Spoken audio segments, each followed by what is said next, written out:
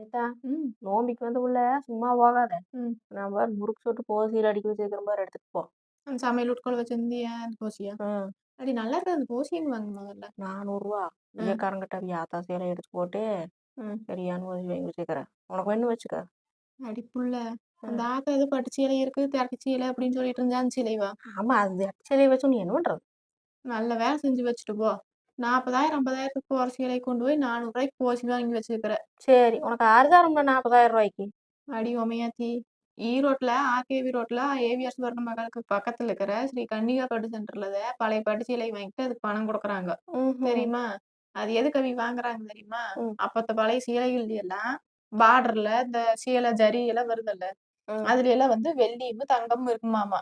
அதை உருக்கி நூலா செஞ்சு சேர்த்திருப்பாங்களாமா. இவி மறுபடியும் அதை சுட்டு அது வெளியே எடுத்துக்கிறது. சரி சரி. அதுக்கு தான் இவி வாங்குறாங்க. நீ இந்த வேலை செஞ்சு வச்சுட்டு நிமிஷம். தெரியலையடி இந்த விவரமெல்லாம். நான் ரீல்ஸ் அத்தனை அனுப்புறேனே நீ பாக்குறிய முதல்ல. நீ ஒரு நாளைக்கு 54 ரீல்ஸ் அனுப்புற, அதையே கொண்டு பாக்குறது. நல்லது போ. நீ என்னத்துக்கு வாங்குற? சரி இன்னும் சரி, 2 இருக்குதா? இருக்குது. இன்னும் அது மாதிரி கல்யாண சேலை, நிச்சய சேலை, ஓரப்பட்ட சேலை கிடக்குது. கம்முன்னு அதையெல்லாம் பத்திரமா வச்சிரு. ம். அடுத்த கடுவு வாரேன். ஆ. கொண்டு போய் குடுத்து போட்டு பணத்தை வாங்கிட்டு வரலாம். அப்போ ஒரு அமௌண்ட் மாட்டிடலாங்கிற. மாட்டில மாடு வேற 2 வாங்கணும்னு இருந்தியல்ல. மாட்டினீன்னா 1, 2 உருப்படி வாங்கி கட்டிக்கலாம். 2 உருப்படி 2 பவுனே எடுத்துக்கலாம், வா போலாம்.